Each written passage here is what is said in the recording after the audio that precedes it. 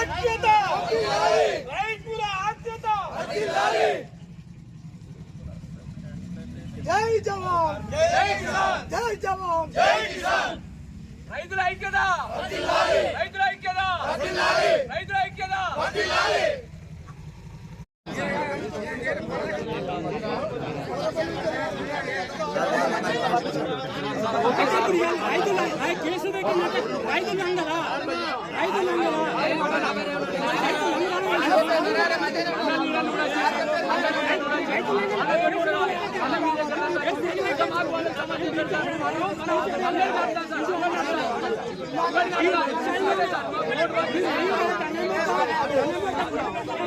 ఏమన్నారు అంటే ఒక బ్యాచ్ ఎత్తమంటారు, ఒక బ్యాచ్ వేయమన్నారు.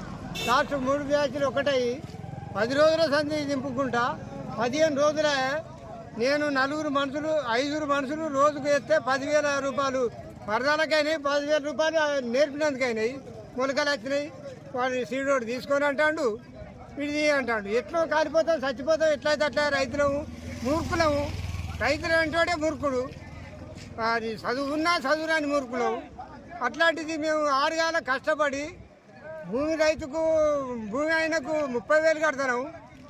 దీనికి వడ్లకు రేట్ వస్తే మొత్తం మీద 20 క్వింటాలు లాస్ అయినాయి మాకు. అయినామైతే వాళ్ళ తోలికి ఎందుకని మేము ఏం చేసామంటే, ఇక మా సాగు మేము చేస్తామని మేము దయచేసి మేము బీఆర్ఓలో తీసుకొచ్చి మేము వేసుకుంటా అంటే వాళ్ళు పిటిషన్ ఇచ్చినట్ట ఎవరు ఇచ్చిండ్రో మనకు తెలియదు. డీలర్ రమ్మంటుందంటే వాళ్ళు వస్తామని చెప్పారు. మధ్యాహ్నం 1 గంట వరకు వస్తాం సార్, మేము పని మీద ఉన్నామని చెప్పారు. మరి పోయి చెప్పుర్రా, మరి రైతుల సమస్య అది మాది కాదని చెప్పుర్రి. పైసలు మీరు ఇచ్చినా కూడా మా పైసలే పోతున్నాయి కదా.